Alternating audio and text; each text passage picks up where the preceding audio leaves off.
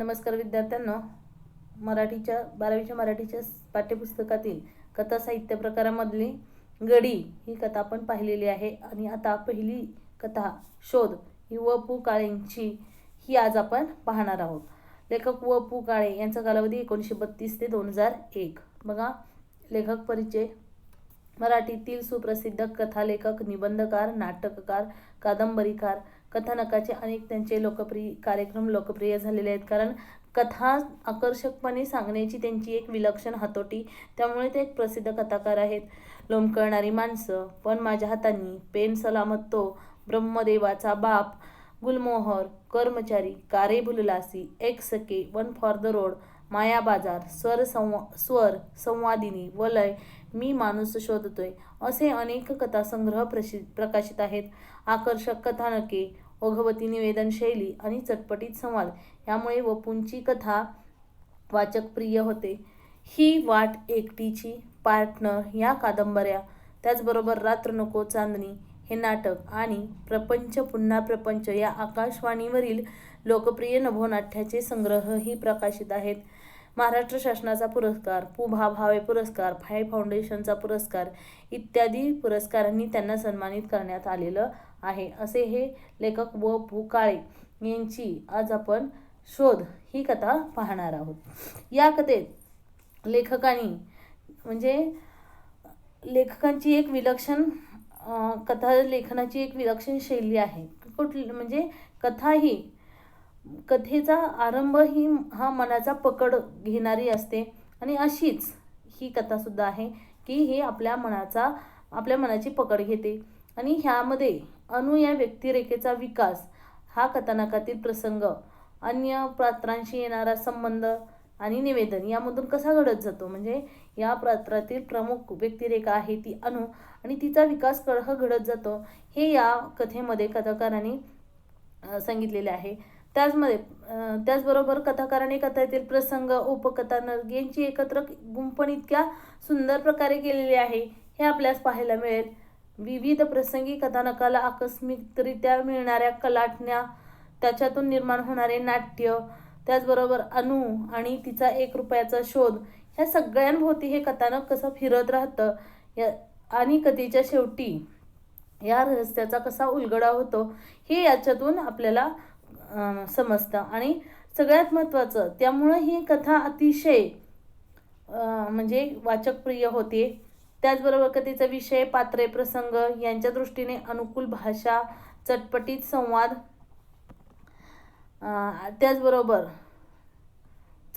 संवाद, आणि जीवन व्यवहारासारखे वाटणारे सजीव संवाद हे यामध्ये अभ्यासनायोग्य आहे. या कथेच्या विकासाच्या अंगाने घेतलेला आस्वाद, म्हणजे ही कथा वाचनाचा घेतलेला आस्वाद आपल्याला चांगल्या प्रकारे कथा काय करून देतो, उलगडवून देतो. आणि या दृष्टीने आपण ही कथा पाहणार आहोत. बघा, अनु, आम्ही दोघं तुझी माफी मागतो हवं तर, पण तू काहीतरी बोल, अशी गप्प बसू नकोस. मी एवढं म्हणालो तरी ती गप्प राहिली. मी मुक्ताकडं पाहिलं, तिनंही माझ्याकडं त्याच नजरेनं पाहिलं. नंतर काय करावं हे आम्हा दोघांना सुचेना. दिवस असता तर 15-20 मिनिटात बांधाबांध करून अक्षरशः अनुच्या खोलीवरून आम्ही पळ काढला असता. रात्री 12-12:30च्या सुमारास कुठं जाणार. अनुचं जेवण आटोपलं होतं. हात धुवायला न जाता ती तशीच पानावर बसून होती. अनु, मुक्तानं बोलण्याचा प्रयत्न केला. मुक्ताकडं नजर रोखीत अनु म्हणाली, तुम्ही रुपयाची ती नोट घ्यायला नको होतीत. तिच्या स्वरातील नाराजी, कडवटपणा आम्हा दोघांना जिव्हारी लागला. अनु समोर उठून गेली. हातून घडलेली चूक कशी सुधारावी ह्यावर विचार करण्यात अर्थ नसल्यामुळे मी त्यावर मुळीच विचार करत नव्हतो, कारण घडलेली घटना दुरुस्त करता येईल ह्या स्वरूपाची नव्हती.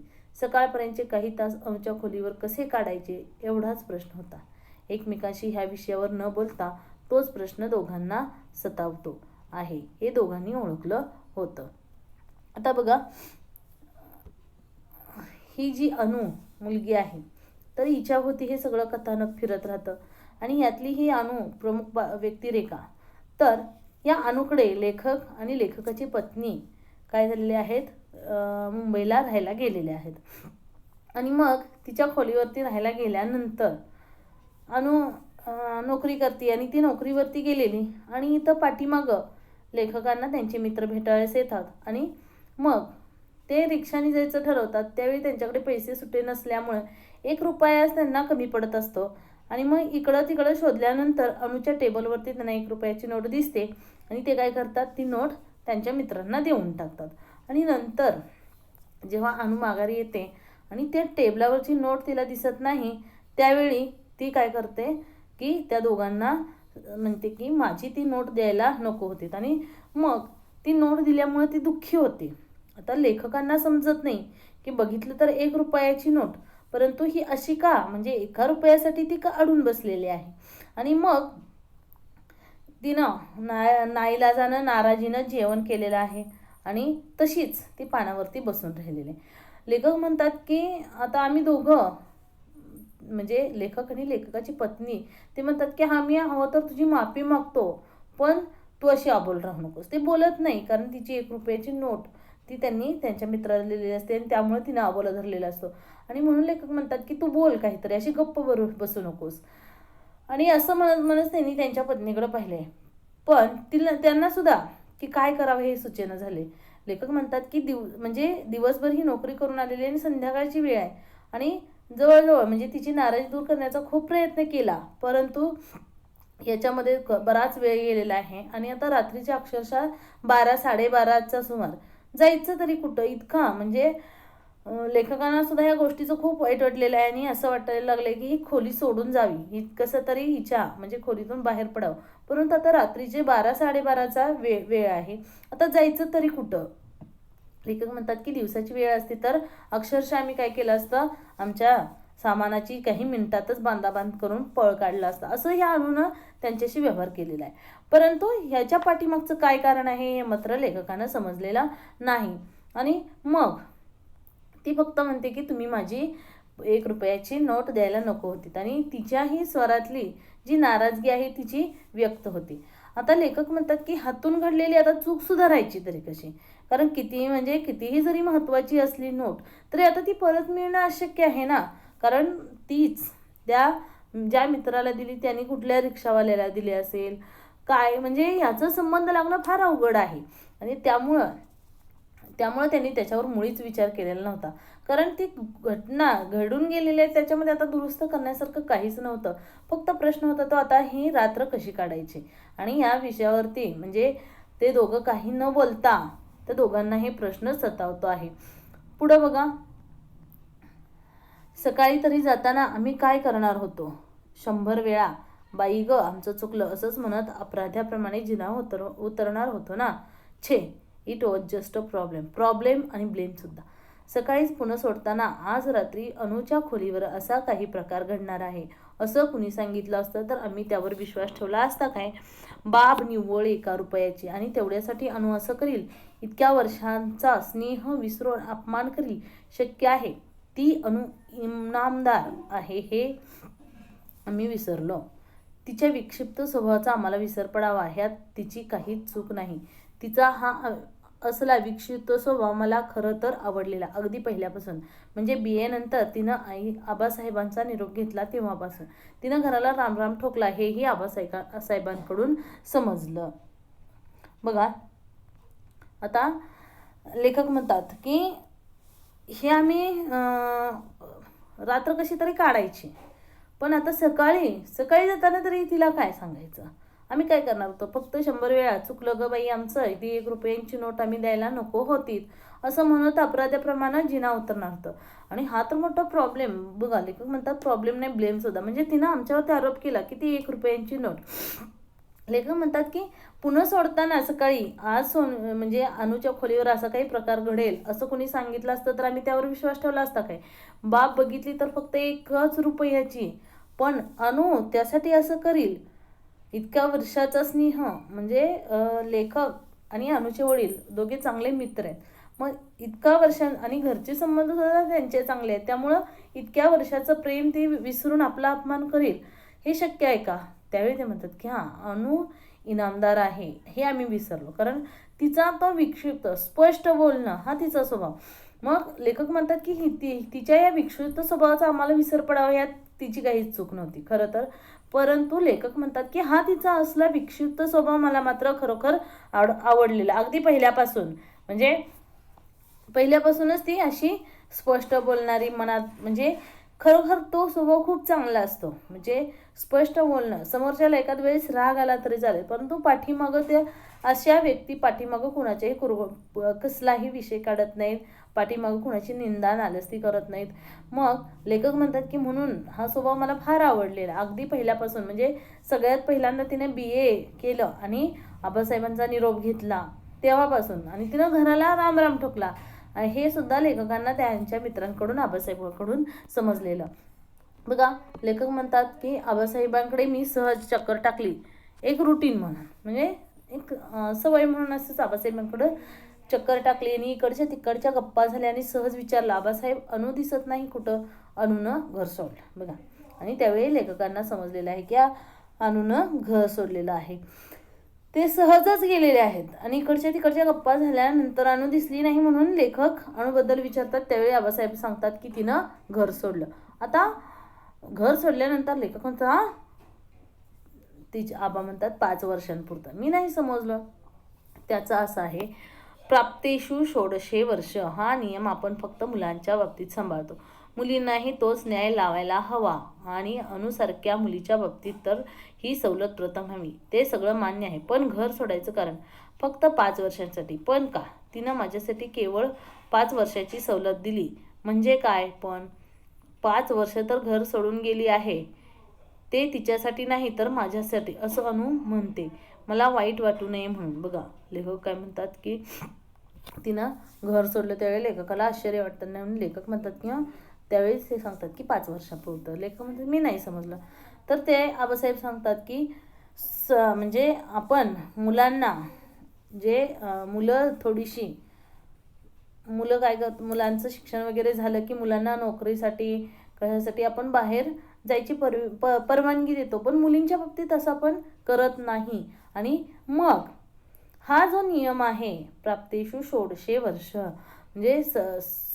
म्हणजे तर काही वर्ष म्हणजे प्राप्तेषु षोडशे वर्ष हा नियम आपण फक्त मुलांच्या बाबतीत सांभाळतो.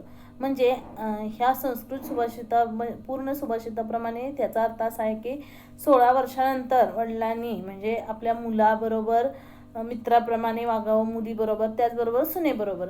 परंतु हा नियम मात्र आपण काय करतो, मुलांच्या बाबतीत सांभाळतो, मुलींनाही तोच न्याय लावायला हवा, आणि अनुसारख्या मुलींच्या बाबतीत तर ही सवलत प्रथम हवी. म्हणजे ती वेगळ्या विचारसरणीची आहे, वेगळ्या मतप्रवाहाची आहे, आणि त्यामुळं तिच्या बाबतीत ही सवलत लेखक म्हणतात की प्रथम हवी. आणि लेखक म्हणतात की हे सगळं मान्य आहे, पण घर सोडण्याचं कारण काय? तर फक्त 5 वर्षांसाठी. पण का? तिनं माझ्यासाठी केवळ 5 वर्षाची सवलत दिली म्हणजे काय? पण तर म्हणतात की आबासाहेब म्हणतात की ती 5 वर्ष घर सोडून गेली आहे, ते तिच्यासाठी नाही तर माझ्यासाठी. अनु म्हणते की तुम्हाला वाईट वाटू नये म्हणून. म्हणजे तिचा विचार वेगळा आहे, इतर मुलींसारखी ती नाही.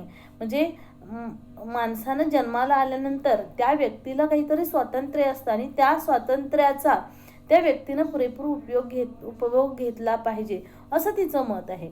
म्हणजे बघा ना, आजपर्यंत आपण काय करत आलेलो, आपले आई वडील म्हणतात तसंच आपण वागत आलेलो आहे, आणि इथून पुढे सुद्धा जोपर्यंत आहे तोपर्यंत. विचार करा, शिक्षणाच्या बाबतीत त्यांनी विचार केलेला नसतो, की त्यांना वाटत असतं की हे योग्य आहे आणि ते आपल्या माथी मारत असतात, आणि मग अनुला मात्र हे पटत नसतं. म्हणून ती म्हणते की तुम्हाला वाईट वाटू नये म्हणून. बघा पुढं लेखक म्हणतात, आलं लक्षात एकूण अंदाज येऊन मी म्हणालो. तोच आबासाहेब म्हणाले, तिचं मला थोडंसं पटलं. थोडंसं म्हणण्यापेक्षा पुष्कळसं. काय पटलं? म्हणून म्हणाली, मी मुलीच्या जन्माला आले आहे तेव्हा माझं लग्न केल्याशिवाय तुम्ही मला सोडणार नाही, आणि मी लग्नच करणार नाही यासारखे पणही मला करायचे नाहीत. फक्त लग्नापूर्वी 5 वर्ष मला स्वतःची म्हणून जगायची आहेत. म्हणजे कशी? आता लेखक म्हणतात की हे सगळं ऐकल्यानंतर एकूण मला अंदाज झाला, आणि म्हणाले की मी म्हणालो मला अंदाज आला. तोच आबासाहेब म्हणाले की मला पहिल्यांदा तिचं थोडंसं पटलं. म्हणजे थोडंसं म्हणण्यापेक्षा पुष्कळसं पटलं. लेखक म्हणतात की काय पटलं? त्यावेळी ते म्हणतात की अनु फार वेगळ्या विचारसरणीची आहे, स्पष्ट मताची आहे आणि तिनं स्पष्ट सांगितलेलं आहे की मी मुलीच्या जन्मालेलं आहे, तेव्हा माझं लग्न केल्याशिवाय तुम्ही मला सोडणार नाही. पण मी लग्न करणार नाही असं मी काही पण मला करायचं नाही, म्हणजे मी काही लग्न करणार नाही वगैरे असं काही करणार नाही. फक्त काय करायचं मला लग्नापूर्वी 5 वर्ष मला स्वतःची म्हणून जगायची आहेत. म्हणजे जगत नाही का कुणी, पण हो आपण सुद्धा जगतो, परंतु स्वतःच्या मनाप्रमाणे किती जगतो बघा. आपल्यावरती सगळा अंकुश आईवडिलांच्या विचारांचा असतो. म्हणजे एकंदरीत आईवडिलांच्या कुणाची एखादी व्यक्ती, मोठी व्यक्ती असेल, एखादी आवडती व्यक्ती असेल, एखादी आपली म्हणजे आदर्श व्यक्ती असेल, तर त्या व्यक्तींच्या विचारसरणीचा पगडा आपल्या मनावरती पडलेला असतो आणि आपण त्याप्रमाणे व्यवहार करत असतो. मग लेखक म्हणतात की म्हणजे कशी, त्यावेळेस आबासाहेब म्हणतात हा प्रश्न मीही तिला विचारला, तेव्हा ती म्हणाली 5 वर्ष माझी स्वतःची म्हणजे प्युअरली माझी स्वतःची असावीत. त्या वर्षांचा कुणाशी संबंध असता कामा नये, मला त्याचा कुणी अकाउंट विचारता कामा नये. तुम्ही सुद्धा 5 वर्षे मी एकटी जगणार. म्हणजे निश्चित काय करणार, आबासाहेब म्हणाले. अगदी तिच्याच शब्दात सांगतो. ती म्हणाली कुणाच्या ना कुणाच्या कलानं चालण्याची सवय प्रत्येक व्यक्ती परंपरेने लावून घेते. माणूस स्वतःचं व्यक्तिमत्व स्वतः घडवत नाही, कुणाचा ना कुणाचा तरी त्याच्यावर पगडा असतो. विचारांवर छाया पडलेली असते. आई बाप एखाद्या व्यक्तीवर प्रेम करतात म्हणून मूल त्या व्यक्तीवर प्रेम करू लागतं. जे आई वडिलांचे शत्रू तेच त्या मुलाचे शत्रू. याचाच अर्थ असा की स्वतःचा स्वतंत्र मेंदू घेऊन जन्माला आलेला जीव दुसऱ्याचा ऐकतो, त्याच क्षणी तो स्वतःचं अस्तित्व निसर्गानं जगाकडे पाहण्याची दिलेली स्वतंत्र नजर हरवून बसतो. मला 5 वर्ष एवढ्यासाठी एकटं राहायचं आहे. माझे स्वतःचे विचार आणि तुमच्या विचारांचा पडलेला पगडा ह्यात किती अंतर आहे ते मला पाहायचंय. जगाकडे पाहताना मला माझा चष्मा हवा. प्रत्येक वस्तूचं, घटनेचं, व्यक्तीचं मूल्यमापन करायला मला माझी नजर स्वतंत्र तयार करायची आहे आणि तेही संसारात पडण्यापूर्वी. बघा लेखक म्हणतात की आता हिनं सांगितलं की मला 5 वर्ष हवी आहेत. त्यावेळी ते म्हणतात की कशासाठी, त्यावेळी ते आबासाहेब सांगतात बघा की कशासाठी तिने 5 वर्ष मागितलेले आहेत. तेव्हा ती म्हणते की मला स्वतःची, प्युअरली स्वतःची असावीत माझी 5 वर्ष जगताना. म्हणजे मी आता मागाशी सांगितल्याप्रमाणे की आपण जगताना कुणाच्या नाही कुणाच्या विचारांचा पगडा आपल्या मनावर असतो, परंतु तिला मात्र तिच्या स्वतःच्या विचारांनी जगायचं आहे. आणि ती म्हणते की ह्या 5 वर्षात कुणाचाही संबंध असता कामा नये. त्या 5 वर्षात मी काय केलं हे कुणीही मला विचारता कामा नये. म्हणजे माझं एक मत आहे की देवानं प्रत्येकाला स्वतंत्र असा अस्तित्व दिले, स्वतंत्र मेंदू दिलाय, परंतु आपण त्याप्रमाणे जगत नाही. आपल्या विचारांवरती दुसऱ्याचा पगडा असतो. म्हणून म्हणतात की कुणाच्या ना कुणाच्या कलानं चालण्याची आपण प्रत्येक व्यक्तीनं परंपरेनं सवय लावून घेतलेली असते. बघा ना, आपल्या घरात लहान मुलं असतं, त्याला एखादी गोष्ट करावीशी वाटली तर मोठी लोक लगेच त्याच्यावरती अंकुश लावतात. हे करायचं नाही, ते करायचं नाही, असं करायचं नाही, तसं करायचं नाही. म्हणजे आपण काय करत असतो, मोठे असो की त्याच्यावरती अंकुश ठेवण्याचा प्रयत्न करतो. अगदी शिक्षणाच्या बाबतीत सुद्धा आज कितीतरी कॉलेजमध्ये विचार करा तुम्ही, मुलांनो तुमच्या मताप्रमाणे ॲडमिशन घेतलेली किती मुलं आहेत. किंवा तुम्हाला चांगले मार्क्स पडले, मग चांगले मार्क्स पडले की जा डॉक्टर हो, इंजिनियर हो, अशा पद्धतीच्या मोठ्या अपेक्षा घेऊन मुलांना सायन्सला ॲडमिशन घ्यायला लावतात. मग अशा पद्धतीनं आपण कुणाच्या नाही कुणाच्या कलेनं, परंपरेनं चालण्याची सवय लावून घेतलेली असते आणि आपलं स्वतःचं व्यक्तिमत्व स्वतः घडवत नाही. तर हे व्यक्तिमत्व घडण्यासाठी कुणाचा ना कुणाचा आधार घेतो, कुणाच्या ना कुणाच्या विचारांचा पगडा आपल्यावरती पडलेला असतो, आपल्या विचारांवर कुणाच्या ना कुणाच्या विचारांची छाया पडलेली असते आणि त्याप्रमाणे असं आपण वागत असतो. बघा ना, आई बाप आपले आई वडील एखाद्या व्यक्तीवरती प्रेम करत असतील तर आपण सुद्धा त्या व्यक्तीवरती प्रेम करू लागतो. त्याचबरोबर आई वडिलांचे जे शत्रू असतात तेच आपले शत्रू असतात. म्हणजे ह्याचाच अर्थ अनु म्हणते की स्वतःचा स्वतंत्र मेंदू घेऊन जन्माला आलेला जीव दुसऱ्याचं ऐकतो. म्हणजे आपण सगळ्या बाबतीत काय असतो, दुसऱ्यावरती डिपेंड असतो, दुसऱ्यावरती अवलंबून असतो. आणि त्यावेळीच जेव्हा आपण दुसऱ्यावरती अवलंबून असतो त्यावेळी स्वतःचं अस्तित्व, निसर्गानं जगाकडे पाहण्याची जी स्वतंत्र आपल्याला दृष्टी दिलेली आहे ती सगळी आपण हरवून बसलेला असतो. आणि म्हणूनच अनु म्हणते की मला माझी स्वतःची 5 वर्ष जगायची आहेत. आणि याच्यामध्ये माझे स्वतःचे विचार असतील, मला कसं जगायचं आहे हे मी ठरवेन, माझे स्वतःचे विचार असतील, त्या विचारांवरती कुणाचाही पगडा त्याच्यावरती असणार नाही. आणि मला जगाकडे पाहण्याचा निसर्गाने जो चष्मा दिलाय त्या चष्म्याने मला पाहायचं आहे. आणि यामुळं म्हणजे निसर्गामध्ये असलेली प्रत्येक वस्तू असेल, घडलेली घटना असेल, व्यक्ती असेल, तर त्या सगळ्याचं मूल्यमापन करायची माझी स्वतःची स्वतंत्र नजर मला तयार करायची आहे. आणि हे सगळं संसारात पडण्यापूर्वी, कारण मुलींना लग्न झाल्यानंतर बरंचसंच म्हणजे खूप साऱ्या सवयी बदलाव्या लागतात. बऱ्याच ठिकाणी काय करावं लागतं की ॲडजस्टमेंट करावी लागते. म्हणजे हे सगळं मग नंतर जोडीदार जर म्हणजे आपल्या परंपरेने आपल्याला हे घालून दिलेलं असतं, जोडीदार कसाही असो पण पती हाच परमेश्वर असं मानून त्याच्याशी व्यवहार करायचा असतो. मग तो कसा का असेना, तो आपल्यावरती अन्याय केला तरी सुद्धा सहन करायचा, म्हणजे हा आपला परंपरागत विचार आहे. आणि त्यानंतर लग्नानंतर अशी काही आपल्याला सवलत मिळणार नाही हे जाणून आहे. आणि त्यामुळे ती म्हणते की मला माझी स्वतःची स्वतंत्र म्हणून 5 वर्षे जगायची आणि ती सुद्धा संसारात पडण्यापूर्वी. आता हा टॉपिक आपण इथपर्यंत पाहिलेला आहे. पुढच्या व्हिडिओमध्ये याचा पुढचा भाग पाहणार आहोत. धन्यवाद.